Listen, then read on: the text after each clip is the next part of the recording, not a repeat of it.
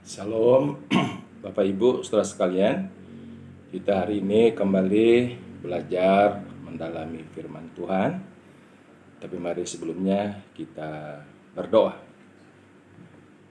Bapa kami di sorga, di dalam nama Tuhan Yesus, kami sangat mengucap syukur karena begitu Engkau sangat baik yang memberikan anugerah, kekuatan, dan juga kesehatan serta kerinduan untuk kami tetap belajar firman Tuhan. Kiranya Tuhan menolong kami, memberikan keterbukaan pikiran dan hati, supaya kami mengerti firman-Mu, pada akhirnya kami boleh semakin diteguhkan dalam iman percaya kepada Tuhan. Berkati semua saudara kami yang boleh menyimak, dan juga hamba-Mu yang Tuhan pakai untuk menarasikan firman-Mu pada hari ini. Dalam nama Tuhan Yesus kami berdoa. Amin. Baik saudara, kita sebagai orang percaya sudah merayakan Paskah, yaitu kebangkitan Tuhan Yesus Kristus, bahkan juga kenaikannya ke surga.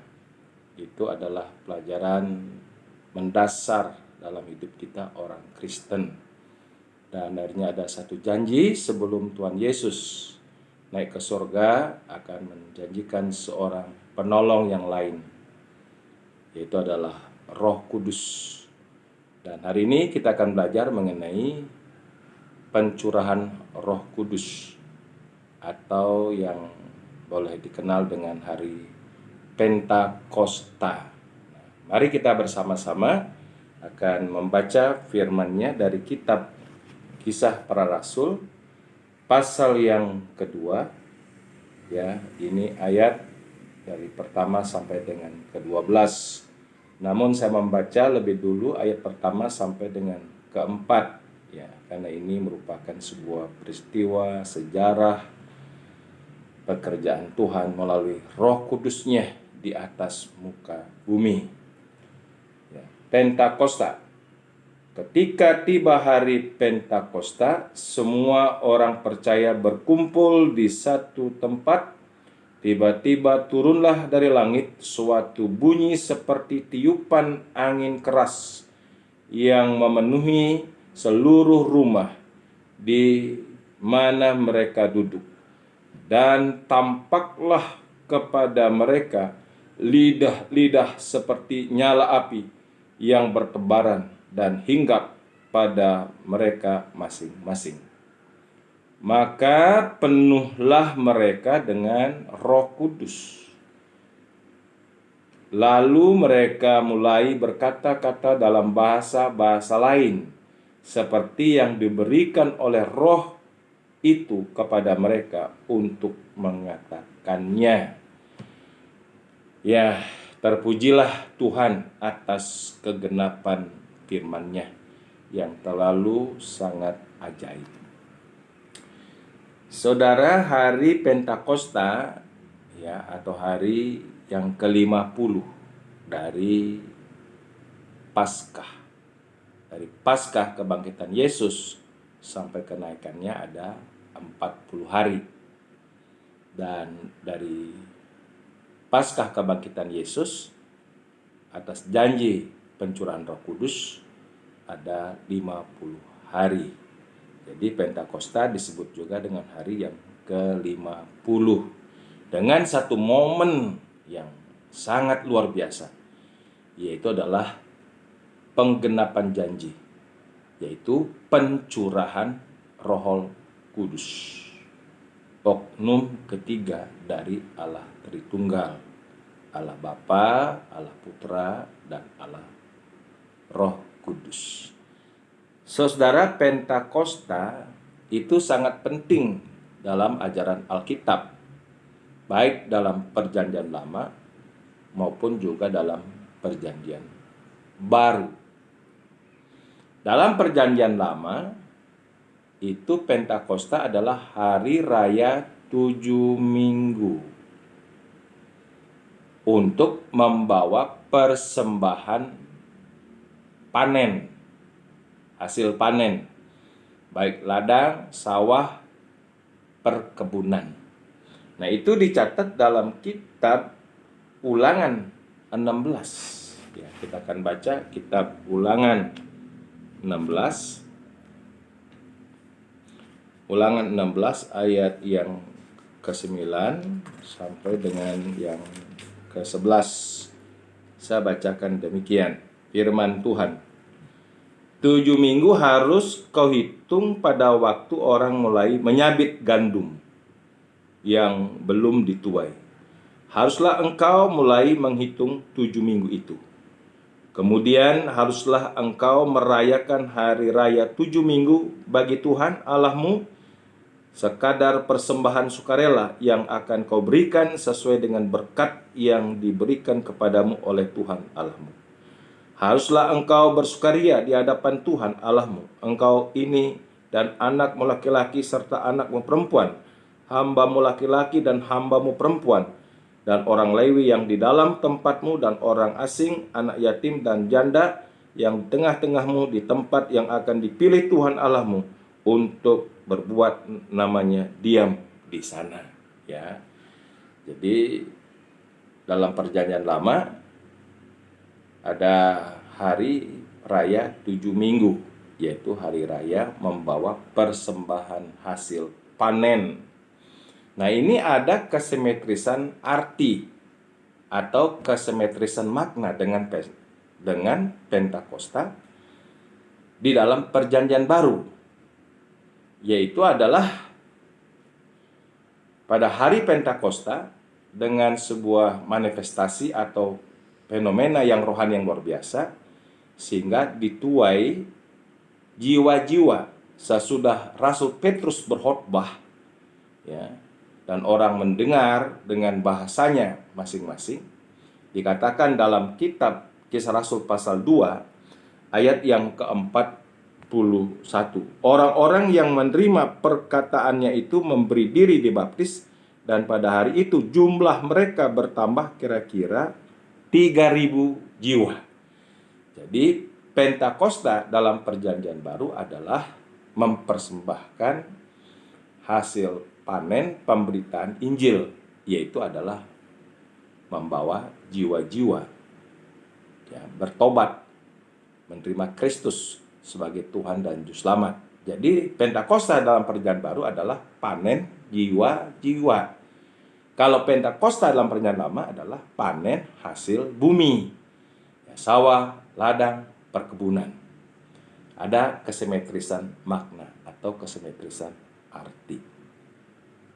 Nah, yang kedua, Pentakosta ini merupakan satu penggenapan, ketepatan sebuah nubuat dari Nabi Yoel, atau nubuat yang benar.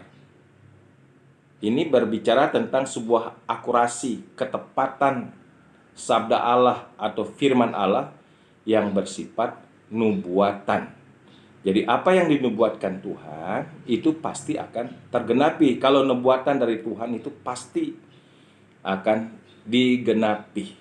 Ya, jadi makanya sih merupakan satu kebanggaan dan syukur kita luar biasa, ya, bahwa ada nubuatan dalam perjanjian lama mengenai pencurahan Roh Kudus. Nah, itu yang dicatat dalam kitab Yoel pasal yang kedua ayat 28 dan seterusnya. Saya baca demikian. Kemudian daripada itu akan terjadi bahwa aku akan mencurahkan rohku, roh Allah, Roh Kudus, ke atas semua manusia. Maka anak-anakmu laki-laki dan perempuan akan bernubuat, orang-orangmu yang tua akan mendapat mimpi, teruna-terunamu akan mendapat penglihatan, juga ke atas hamba-hambamu laki-laki dan perempuan, atau kucurahkan rohku pada hari-hari itu. Nah, ini saudara, Yoel dia hidup kurang lebih tahun 900-an sebelum Masehi. Berarti 9 abad sebelum Masehi. Jadi rentangan waktu yang sangat cukup panjang. Namun Tuhan tidak pernah lupa janjinya, tidak pernah lupa akan perkataan-perkataan nubuatannya. Dan di hari Pentakosta itulah sebagai satu penggenapan pencurahan Roh Kudus. Sehingga dari semua generasi ya pada di Pentakosta itu mendengar satu berita yang luar biasa, terjadi sebuah kegirangan, kesukaan besar karena pencurahan Roh Kudus. Sehingga pada akhirnya dampak dari pencurahan Roh Kudus itu ya mereka berkata-kata dalam berbagai bahasa manusia, dan Roh Kudus boleh memberikan satu keterbukaan, dan adanya banyak jiwa yang dituai bagi hormat kemuliaan nama Tuhan. Jadi saudara, Pentakosta yang pertama berbicara tentang sebuah kesemetrisan arti atau kesemetrisan makna. Ya, dalam kitab Imamat pasal 23 juga di situ dikatakan, dan Ulangan 16 ayat 9 sampai 11 tadi ya. Nah, itu di PL Pentakosta adalah membawa hasil panen bumi, tetapi di Pentakosta Perjanjian Baru membawa hasil panen pemberitaan Injil, yaitu adalah jiwa-jiwa, panen jiwa-jiwa. Nah, ini harus menggerakkan kita untuk betul-betul konsisten kembali mengingat, karena memang Tuhan datang ke dunia, dia mau mencari dan menyelamatkan orang berdosa, yaitu mencari jiwa-jiwa. Nah, ini rohnya Tuhan, ruahnya Tuhan, semangatnya Tuhan. Makanya kita sebagai gereja yang hidup dalam Perjanjian Baru ini harus menggenapkan sebuah kehendak Tuhan atau rencana Tuhan, yaitu menjangkau jiwa-jiwa. Nah, yang kedua ya, bahwa Pentakosta ini merupakan sebuah penggenapan nubuatan. Ini berbicara tentang sebuah akurasi, ketepatan, dan juga kebenaran firman Tuhan yang tak pernah gagal. Jadi Tuhan menubuatkan, Tuhan juga menggenapkan. Harus ini menjadi sesuatu yang mengagumkan bagi kita. Bagaimana? Ya, nubuatan dalam rentangan waktu yang begitu sangat panjang, Tuhan gak lupa janjinya. Tuhan tidak pernah lupa firman-Nya, dan Tuhan menggenapinya. Ya, atas hal inilah, atas apa yang nanti dijanjikan untuk masa akan datang tentang sebuah pengharapan yang eskatologis, kita jangan ragu, kita jangan bimbang, tidak ada kesangsian sedikit pun. Kalau Tuhan Yesus mengatakan dia pergi menyediakan tempat dan akan kembali, pasti akan kembali ke dunia ini untuk menjemput gerejanya, orang-orang yang percaya. Itu mesti kita pegang ya. Jadi ada banyak janji-janji di bumi ini pun dalam masalah pemeliharaan providensianya. Peganglah janji Tuhan. Apa yang memang dikatakan Tuhan tak pernah akan gagal. Luar biasa, puji Tuhan.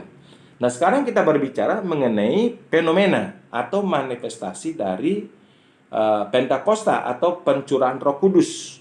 Jelas dikatakan di sini dalam Pentakosta itu, tiba-tiba turunlah dari langit suatu bunyi seperti tiupan angin keras yang memenuhi seluruh rumah di mana mereka duduk, dan tampaklah pada mereka lidah-lidah seperti nyala api yang bertebaran dan hinggap pada mereka masing-masing.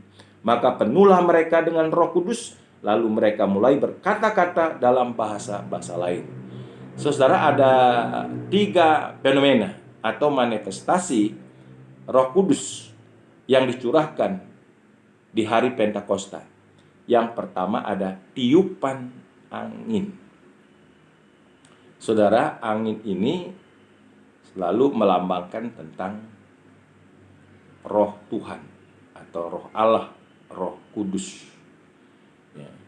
Jadi roh yang memberi hidup ya. Angin disebut dalam bahasa Ibraninya nefes atau ruah, seperti pada waktu Tuhan menjadikan manusia yang dicatat di dalam Kejadian pasal yang kedua ya. Kita lihat Kejadian pasal 2 saudara, ayat yang ke-7. Ketika itulah Tuhan Allah membentuk manusia itu dari debu tanah dan menghembuskan nafas. Nah, menghembuskan nafas, ruah, udara, angin. Nafas hidup ke dalam hidungnya, demikianlah manusia itu menjadi makhluk yang hidup. Jadi ini adalah manifestasi kehadiran Roh Kudus yang menghidupkan. Jadi tiupan angin keras ini berbicara tentang kehadiran Roh Kudus yang dicurahkan itu untuk menghidupkan. Ini perlu digarisbawahi. Karena kita mempunyai dasar bahwa setiap orang percaya kepada Kristus bukan karena mampunya kita, bukan karena hebatnya kita, bukan ada sebuah alasan di mana memang kita mempunyai jasa untuk bisa percaya pada Yesus. Sama sekali tidak. Karena apa yang dikatakan oleh kitab 1 Korintus pasal yang ke-12, nah ini kita lihat jadi sebuah kesimetrisan arti daripada manifestasi fenomena kehadiran Roh Kudus dalam bentuk tiupan angin. Dikatakan demikian 1 Korintus pasal 12 ayat yang ketiga, karena itu aku mau meyakinkan kamu bahwa tidak ada seorang pun yang berkata-kata oleh Roh Allah dapat berkata terkutuklah Yesus. Dan tidak ada seorang pun yang dapat mengaku Yesus adalah Tuhan selain oleh Roh Kudus. Nah, jadi ini adalah pengajaran prinsip secara teologis.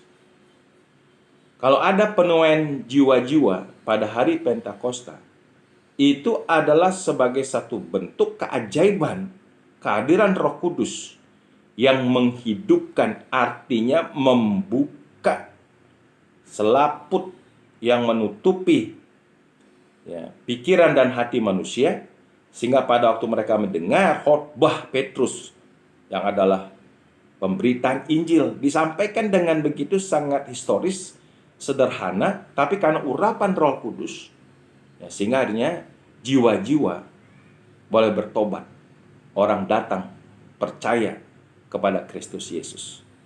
Saudara, sampai hari ini itu tidak berubah pengajaran atau prinsip di mana kehadiran Roh Kudus itu adalah menghidupkan. Kenapa saya katakan demikian? Dasarnya kita manusia kan sudah melanggar dosa, melanggar hukum Allah, kita berdosa. Akhirnya kita mati. Mati apa? Mati rohani. Orang yang mati itu tidak mungkin bisa ngasih respon. Tidak mungkin. Mana ada orang mati bisa ngasih respon? Mau diapainin juga. Nah, sekarang pertanyaan, bagaimana orang mati bisa ngasih respon? Dia harus dihidupkan. Nah, sekarang pertanyaan, siapa yang menghidupkan orang yang mati rohani ini? Yaitu adalah Roh Kudus. Mengembuskan satu napas rohani dalam hidup manusia. Makanya pada waktu ada percakapan Nikodemus dengan Tuhan Yesus, maka Yesus mengatakan, jikalau kamu tidak dilahirkan oleh Roh, kamu tidak akan bisa melihat kerajaan surga. Yohanes pasal 3 ayat yang ke-8. Jadi mutlak satu keharusan, saudara, ini supaya jangan ada kesombongan, jangan ada arogansi.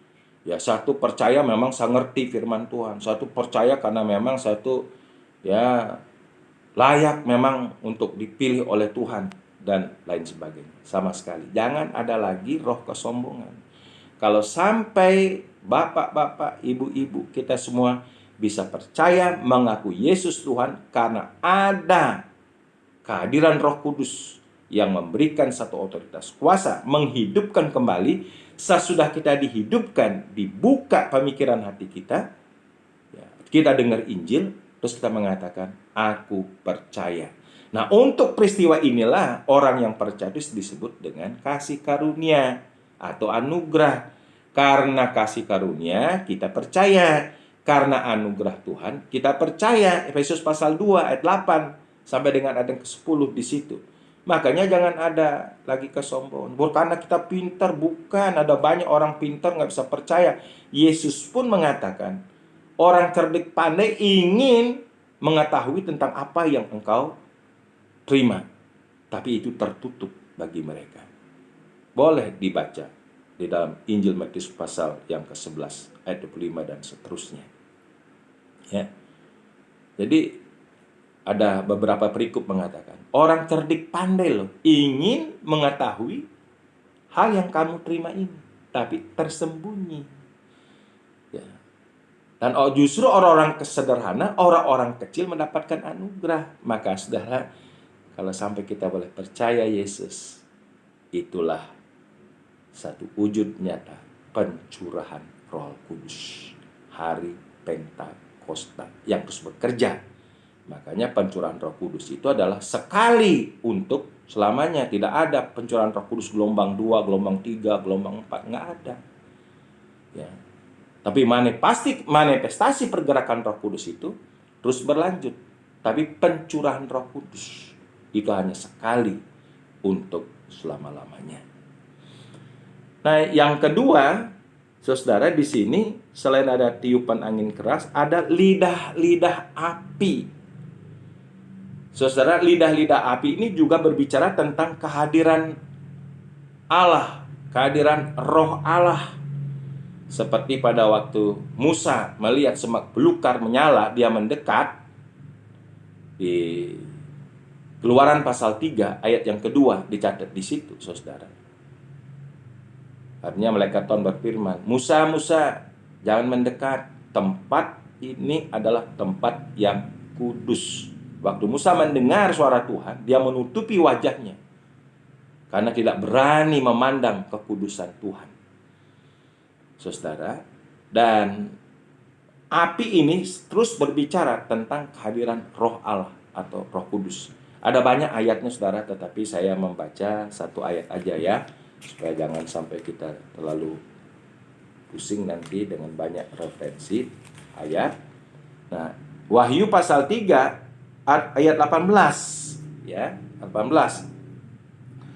Maka aku menasihatkan engkau supaya engkau membeli daripadaku emas yang telah dimurnikan dalam api, agar engkau menjadi kaya, dan juga pakaian putih supaya engkau memakainya, agar jangan kelihatan ketelanjanganmu yang memalukan, dan lagi minyak untuk melumas matamu supaya engkau dapat melihat. Ini apa maksudnya, saudara?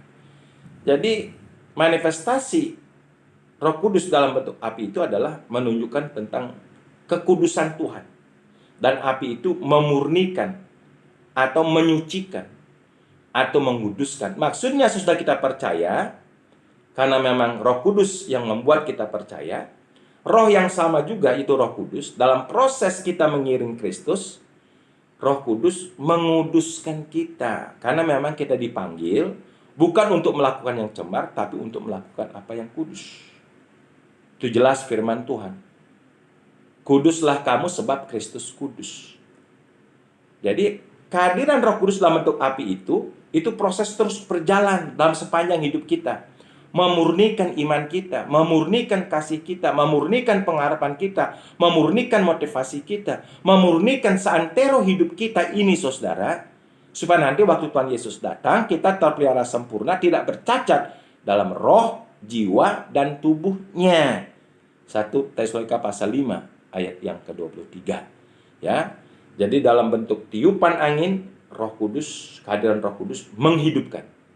Dalam manifestasi api, kehadiran Roh Kudus itu memurnikan atau menyucikan, mengkuduskan kita. Ini yang disebut dengan pekerjaan Roh Kudus, progressive sanctification. Pekerjaan Roh Kudus yang terus maju berjalan, semakin hari kita semakin disempurnakan, dikuduskan. Saudara, sangat sinkron sekali ya. Makanya kalau kita merenungkan hidup kita, bagaimana perangai kita yang dulu, tingkah laku kita yang dulu, dalam sebuah proses ya, kita kok semakin indah, semakin mulia ya, kita semakin mengerti kehendak Tuhan. Ingat, itu adalah bukan hebatnya kita, tapi itu adalah pekerjaan Roh Kudus yang terus berproses di dalam kita, yaitu menguduskan. Ya, lagi sekali saya ulangi, ya, kehadiran Roh Kudus dalam bentuk tiupan angin itu menghidupkan. Kehadiran Roh Kudus dalam bentuk nyala api atau lidah-lidah api itu adalah memurnikan, menguduskan ya, hidup kita sebagai orang percaya, supaya kita menjadi serupa Kristus. Serupa Kristus apapun tantangannya. Nah, saudara, yang terakhir manifestasi daripada Pentakosta atau pencurahan Roh Kudus itu, maka penuhlah mereka dengan Roh Kudus, lalu mereka mulai berkata-kata dalam bahasa-bahasa lain. Nah, ini kehadiran Roh Kudus Manifestasi Roh Kudus yang ketiga dalam kehadirannya adalah berotoritas atas bahasa manusia di bumi. Maka di sini bahasa yang disebut dengan glosolalia itu berbeda artinya dalam 1 Korintus 12 dan 14 itu. Yaitu 1 Korintus itu adalah bahasa roh, di mana orang berbahasa roh, rohnya yang berbicara untuk membangun diri. Tapi di sini lain, glosolalia adalah bahasa manusia. Kan satu keajaiban orang Galilea ini. Bisa kalau nggak salah di sini tercatat 16 apa 17. Ya. Itu mereka dalam waktu yang bersamaan ada yang bahasa Pontus, Galatia, bahasa Arab, bahasa Mesir, bahasa Kapadokia, segala macam gitu dikatakan dalam firman Tuhan di sini. Saudara, saya bacakan di sini ya.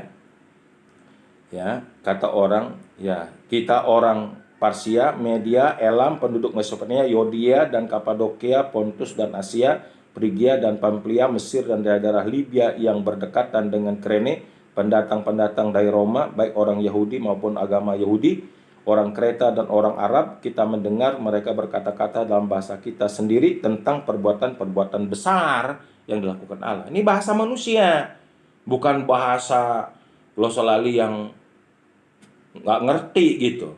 Nah, itu juga ada aturannya, bukan berarti kita menghakimi. Kalau ada orang berbahasa, ya, roh itu 1 Korintus 12 dan 14 harus ada penterjemahnya, tertib dan teratur. Jangan hanya sekedar noising, ya sekedar keributan, itu sesat namanya. Jadi kalau ada orang berbahasa roh, ya 1 Korintus 12 dan 14 dalam pertemuan umum harus ada penterjemahnya. Makanya Paulus mengatakan dalam pertemuan jemaat, aku lebih baik mengucapkan 5 kata yang bisa dimengerti daripada beribu-ribu bahasa roh orang bengong-bengong nggak ngerti. Saudara, ini bahasa roh, ya, manifestasi yang berotoritas atas bahasa manusia. Mereka berbahasa manusia yang di bumi. Ini sangat mengagumkan, saudara. Oleh karena manusia dalam kesombongannya mendirikan Menara Babel, Allah mencerai-beraikan mereka dengan bahasa-bahasa. Sehingga itu bahasa-bahasa di dunia ini Tuhan yang memberi. Jangan berpikir itu bahasa memang muncul sendiri. Tuhan yang memberi. Sehingga nggak bisa berkomunikasi satu sama lain. Karena apa? Karena mereka tidak menggenapkan rencana Tuhan. Rencana Tuhan itu adalah menciptakan kita manusia untuk beranak cucu, penuhilah bumi. Kejadian pasal 1:28. Tetapi manusia ingin ngumpul pada waktu itu. Ya, akhirnya ingin menggagalkan rencana Tuhan. Makanya Tuhan justru menggagalkan bangunan Menara Babel itu dengan bahasa, supaya mereka terserak-serak memenuhi bumi untuk menggenapkan Kejadian pasal 1 ayat 28. Tapi satu hal yang luar biasa dan yang baru, Tuhan yang mencerai-beraikan karena bahasa sekarang oleh karena Tuhan, karena keajaibannya menyatukan manusia kembali dengan bahasa. Sehingga kita sungguh bersyukur, saudara, ini ayat yang keempat ini karena inspirasi Roh Kudus, sehingga Alkitab, firman Allah, Injil diterjemahkan ke dalam berbagai bahasa di dunia. Ya, bahasa-bahasa penting termasuk bahasa-bahasa suku. Ya, di Indonesia aja kan Alkitab terjemahkan ada bahasa Jawa, bahasa Batak, bahasa Nias, bahasa Manado, bahasa Sunda, bahasa Bali. Ya, dan juga di belahan dunia lain. Ini mengagumkan luar biasa supaya orang-orang mengerti bahasa Injil. Karena percaya bahasa Injil, kita lihat dari belahan bagian dunia ini, baik benua Asia, benua Amerika, Eropa, Afrika, Australia, Antartika, dan lain sebagainya di seluruh dunia. Karena Injil, orang kembali bersatu dalam iman, percaya kepada Yesus Kristus yang satu-satunya pribadi datang dari surga. Yang satu-satunya Tuhan menjadi manusia. Dalam manusianya yang suci sempurna.